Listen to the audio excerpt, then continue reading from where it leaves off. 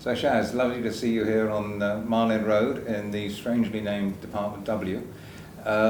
You're coming back to familiar territory, but now you're in the Malaysian Ministry of Foreign Affairs. Yes. And back here for a short visit, so thanks for finding time to come to the alma mater. Thank you very much for having me here. It's a pleasure to come back to Mal-N after, 30 years?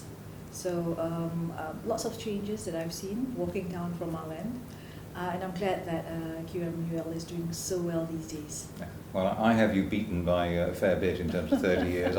My first day was in 1974. Wow. But still. Perhaps you could just fill us in a little bit on your own background and what attracted you to becoming a career diplomat. Okay. I've always wanted to be a diplomat. So even when I applied for, in those days it was Queen Mary and Westfield College, QMW, University of London. They had one program which I was really, really interested in. And because I was a scholar from my government, from the Public Services Department, so they wanted me to do law, and I wanted to do politics. So Queen Mary actually offered a compromise. They had a program which was law and politics. And that was how I came here. And of course, the fact that it's in London, it had a sizable Malaysian community at that time, those were attractions that drew a lot of us to come to QMW. But coming back to how I joined the Foreign Service, it was a degree that I had with QMW, with Queen Mary, and I came back to Malaysia with that degree. And the Public Services Department said, okay, right, we'll put you somewhere where we can capitalize on what you've learned. And short of being a politician, diplomats, diplomacy was it. So it was a good experience going through this 3 years of undergraduate. Excellent. So perhaps you could just briefly say, what is it you're doing right now? Okay. Back in the ministry? Right now, I'm actually the Director General of the Institute of Diplomacy and Foreign Relations, which is the training arm of the Ministry of Foreign Affairs, Malaysia. We train what the New Zealand High Commissioner said to me just before I left. You're training baby diplomats. They're 26, so they're no longer baby diplomats, yes. So that is a training arm, but the top management of the Institute are made up of diplomats themselves. So we found that this works because only we understand what diplomats need when they go abroad. And I'm sure, Martin, you know this. You have a similar thing in the FCDO. We do. Yes. Yeah, that's right. We inked an agreement in 2021 between the Institute of Diplomacy and FCDO's training arm. Yeah. So we're doing a lot of programs together. And this is one of the things that I found works, so that's why I'm reaching out to international partners like QMUL to see how we can bridge that distance between academia and the practitioners. Because we found that a lot of the undergraduates that we have, at least in Malaysia, they're very good. They're top of the class. And then they come into the workforce and they're not very reality-based. Yeah. And then, of course, as you know, coming into our line of work is a culture shock. Yeah. So this is what we are trying to sort of see how we can fill that gap. It sounds very similar to what we do, where again we use the practitioners for some of the courses, but other times, if you want to teach about trade policy, economics, well, yes, you do want to have the academic experts because they're the people that really know it, but then you've still got to be able to apply that in the real world, and that's where the practitioners can help. Yes, yeah. So if I could, moving on to real world and the problems that confront us now in 2023, from the UK perspective, you could be forgiven for thinking there's only really two policy issues in the world. It's Brexit, still chuntering on, and still trying to solve it. I thought that was a done deal. I thought, is the UK going back? Not that I've heard of yet. But there's still the issue, it's the complication with Northern Ireland. Okay. Will the EU accept you back if you decided to? Not reverse? immediately, I think I could safely say. Okay. I wouldn't be too optimistic about that. Okay. We may have sort of lost the door key, I think, when we left. Okay. But there's Brexit there and the wider question of Yeah. relations with the EU, but that also feeds into, of course, the big foreign policy issue that's come up almost a year today Yeah. in terms of Russia's invasion of Ukraine. So, but how does that look from the Malaysian point of view? Is that how oh, I'm guessing Okay. Brexit doesn't sound too important, but what are the issues that confront you as diplomats in Malaysia? When it comes to Russia-Ukraine, let's talk about that for a while, if I could. When it comes to Russia and Ukraine, Malaysia has a policy of being non-aligned, neutral, in the sense that we've started from the very beginning that we didn't want to be drawn in essence, taking sides. We're not saying who's to blame, but the idea is to get the two parties to the negotiation table as soon as possible and get this done. Now, of course, with the UK, you're closer, and you have the direct impact from the Russia-Ukraine, what Malaysia calls a conflict. So for Malaysia, it's a matter of trying to find how we can mediate, how we can sort of, where we were close to Russia, we've always been close to all other countries, including the Ukraine, and Malaysia was impacted specifically because of the downing of the MH17. So despite everything else, we've managed to keep keep saying that whatever the joint investigation team has found and whatever is decided, we're not going to assign blame. The thing is that it happened. We need to move on, and I think this is an Asian way of doing things. If you look at Cambodia, they're not too interested in the War Crimes Tribunal. They're more interested in how they can progress. So, Russia and Ukraine, the policy was put in place by Malaysia for us to remain neutral because we did not want to be drawn in. We saw the potential of a larger conflict there. If everybody starts choosing sides, we're potentially going into massive war. So that's why we said, okay, let's stay out of it. Try to see whether cool heads can prevail.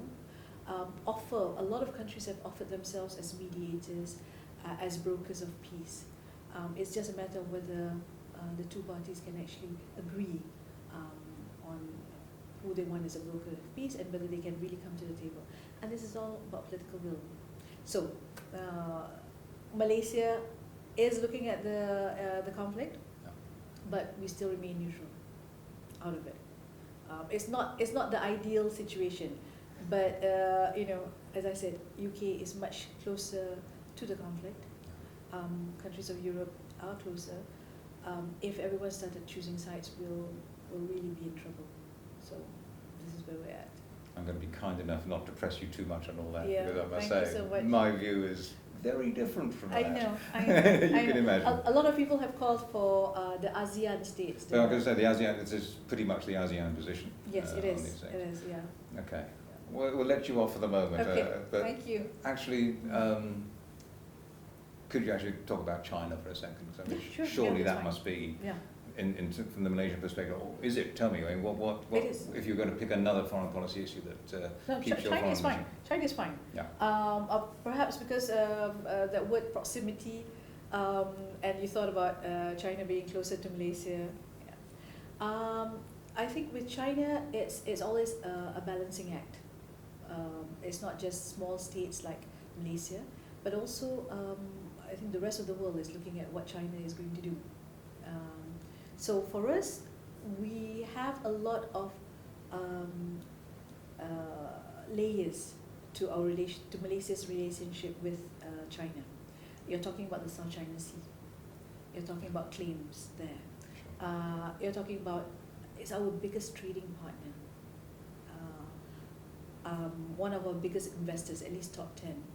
So there's lots of layers to that needs to be looked at. And it's not the simple thing of just cutting them off or saying that they are wrong or the United States is wrong, or getting into that whole debacle.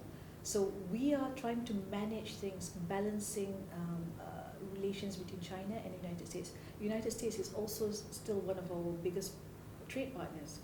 So we trade with practically, I think, about 123 countries of the world. So Malaysia's always been a trading nation. Because it's been in that situation, the potential for conflict is higher. So it's always a balancing act that we try to do. Now, looking at that, looking at indeed a difficult situation with China, particularly with the US taking a pretty aggressive stance, which many would say is absolutely justified, because that's where China is going to, and indeed what we've seen in Ukraine and Russia. I know a fair bit of your career has been involved in the multilateral forum rather than purely bilateral diplomacy.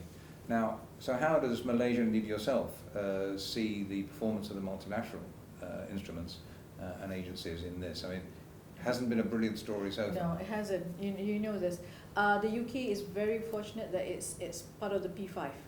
Okay, so forgive me when I say that is part of the problem. Not the UK per se, but the P5. Right. Okay.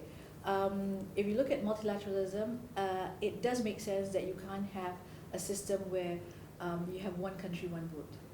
You can't equate the United Kingdom with Samoa, for example, or Kiribati, which doesn't even have a delegate at the UN. You know that. Yeah. Yeah. So, and that system doesn't work. It's idealistic, it's interesting, but it's a utopian ideal. The P5, on the other hand, we've seen how multilateralism breaks down when you have Russia and Ukraine, when you have the conflict. You would like to have a situation where you can punish or you can sanction, and you've been on the sanctions committee for DPRK. You know how that works. So it's good to be able to have that kind of sanctions ability, but you can't do it through the multilateral system in the case of Russia and Ukraine. Frankly, you're right. I mean, the Security Council particularly is just stymied here. There's really very little that can be done. What do you think could the multilateral system do? I think you've still got to work on it, I must say. And I see this also through the perspective of my particular interest in career, as you said. I was ambassador in Seoul for a while, and I spent over 10 years in my professional life working there, as well as you said, working in the UN on sanctions against the DPRK. And there's a role both for the as it were, the mainstream UN.